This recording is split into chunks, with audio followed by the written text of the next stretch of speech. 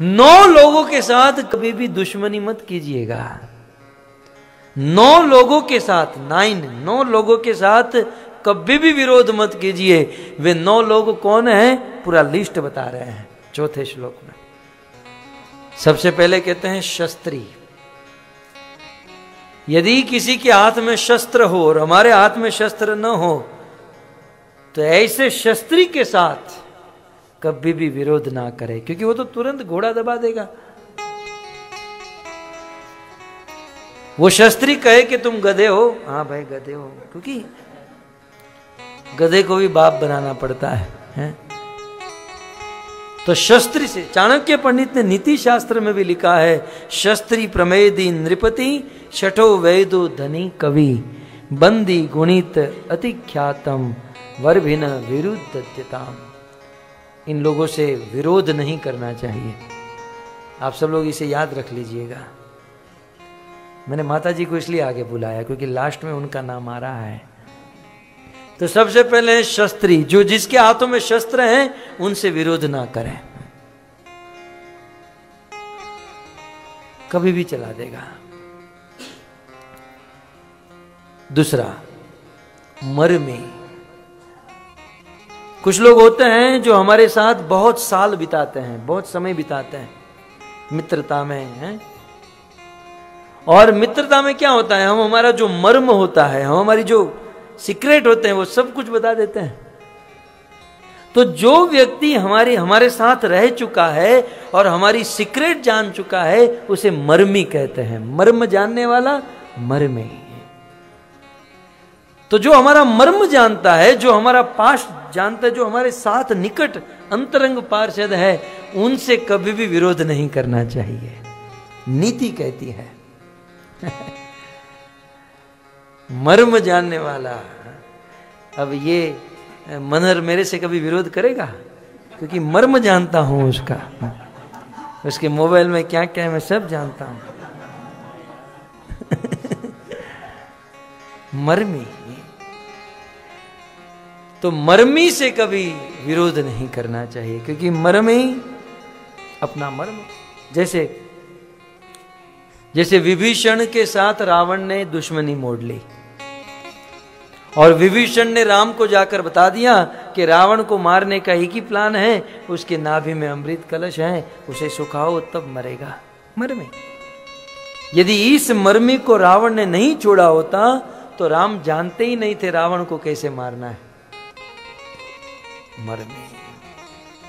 भक्तों, इतिहास में बड़े बड़े राजा बड़े बड़े युद्ध को जीत कर आते थे, पूरी दुनिया के बादशाह होते थे, लेकिन इतिहास के बड़े बड़े राजाओं को गिराया है किसी ने तो उन्हीं के लोगों ने। मर्म जानने वाले मर्मियों से ही राजा मात खाए हैं। इसलिए राजा हो, नेता हो, लीडर हो तो मर्मियों से सावधान रहो, ये नीति कहती है। और कितनी भी कीमत चुकाकर मर्मी को कभी मत छोड़ो। मर्मी से दुश्मनी जीवन का पतन करा देगी। तो पहला है ये मारीच है? कितना ज्ञानी है मारीच है। मारीच ने रावण के साथ संवाद करते हुए सोच लिया कि 9 लोगों से शत्रुता नहीं करनी चाहिए। पहला है शस्त्री, ओके, दूसरा है मर्मी, अब तीसरा है शस्त्री मर्मी प्रभु सठ। तीसरा है प्रभु। प्रभु माने स्वामी, प्रभु माने लीडर, राजा, प्रेसिडेंट। प्रभु, प्रभु से कभी मतलब राजा से, लीडर से कभी दुश्मनी नहीं करनी चाहिए क्योंकि वो तो सीधा आदेश दे देंगे।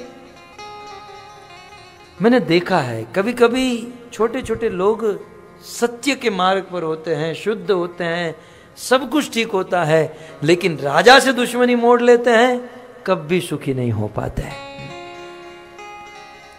तो नीति कहती है कि प्रभु से, प्रभु माने समर्थ, अर्थात राजा से, समर्थ व्यक्ति से कभी दुश्मनी नहीं करनी चाहिए। वो जीवित नहीं छोड़ेंगे। कितने हुए? 3। चौथा है शर्ट। ये मुझे चौथा पॉइंट तो बहुत अनुभव हो चुका है। जो शर्ट है, जो मूर्ख है, उनसे कभी दुश्मनी नहीं करनी चाहिए। हमारे गुरुदेव कहते हैं कि बुद्धिमान से दुश्मनी अच्छी है, मूर्खों से दोस्ती करो उससे अच्छा है किसी बुद्धिमान से दुश्मनी कर लो। ये मूर्ख लोग आज नहीं तो कल तुमको लेकर डूबेंगे। तो शर्ट से कभी भी वैर नहीं करना चाहिए, न वैर न दोस्ती। शर्ट से कभी भी कोई नाता नहीं रखना चाहिए, क्योंकि जो शर्ट होते हैं वो अपनी हानि या लाभ स्वयं ही नहीं जानते हैं। वो यही नहीं समझ पाते कि इसमें मुझे हानि है या लाभ है, लॉस है या प्रॉफिट है। तो शर्ट 4। 5वां है धनी। धनी के साथ कभी पंगा नहीं लेना चाहिए। यदि चैन से जीना चाहते हो, शांति से भजन करना चाहते हो, तो धनी से कभी भी दुश्मनी नहीं मोड़नी चाहिए, क्योंकि धनी धन देकर खरीद लेगा, कानून को खरीद लेगा, सबको खरीद लेगा। तो धनी से दुश्मनी ना करें। और जब समाज में जब झगड़ा होता है तो लोग धनी का ही सपोर्ट करते हैं, धनी के ही पक्ष में चले जाते हैं। वो तो खरीद सकते हैं आदमी को। तो धनी से कितने हुए? 5 हुए। शस्त्री में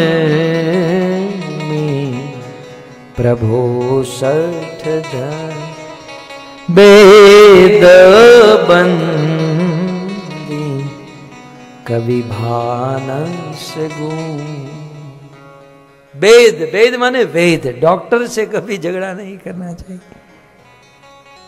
वैद्य से, डॉक्टर से कभी पंगा। कुछ लोग डॉक्टर के साथ झगड़ा कर लेते हैं। मान लो किसी हॉस्पिटल में आपको एडमिट किए और फिर जब वहाँ से छुट्टी मिल रही है तो पैसे कम कराते हैं और फिर कहते हैं हमारे पास कम है, ऐसा वैसा है। तो डॉक्टर एक बार तो कह देता है ठीक है चलो, लेकिन अगली बार तू आएगा। हाँ? दूसरी बार जब जाते हैं तो कोई गलत दवाई दे देगा कहीं ना कहीं। तो वैद्य से कभी भी दुश्मनी नहीं करनी चाहिए। 7वां है बंदी। बंदी माने बंदी, मागध, चारण, भाट, ये जो होते हैं ना।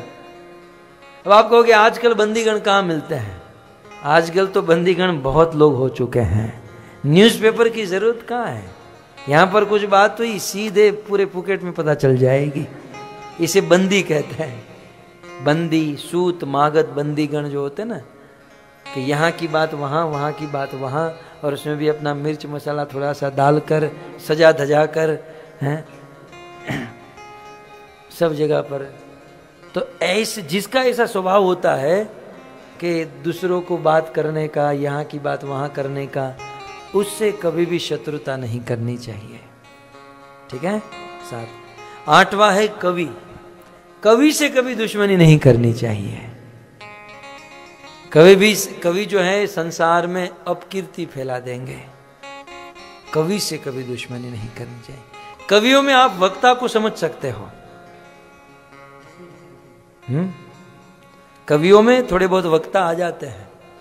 किसी वक्ता से दुश्मनी कर ली तो माइक तो उसके पास ही है, वो तो जहां जाएगा वहां बोलता रहेगा, है ना।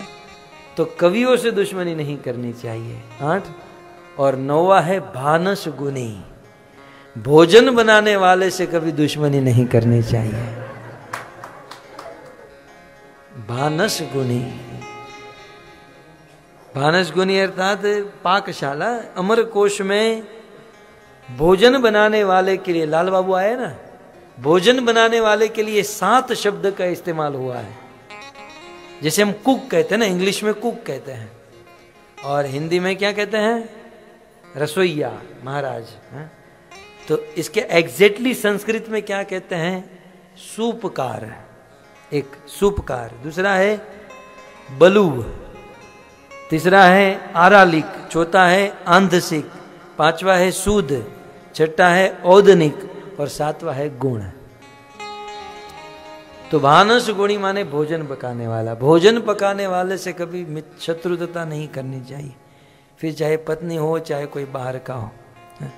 अब पत्नी से दुश्मनी की तो बैंगन की सब्जी ही बनेगी या करेले की सब्जी बनेगी। तो इस प्रकार से मारीच अपने मन में सोचता है कि 9 लोगों से दुश्मनी करना ठीक नहीं।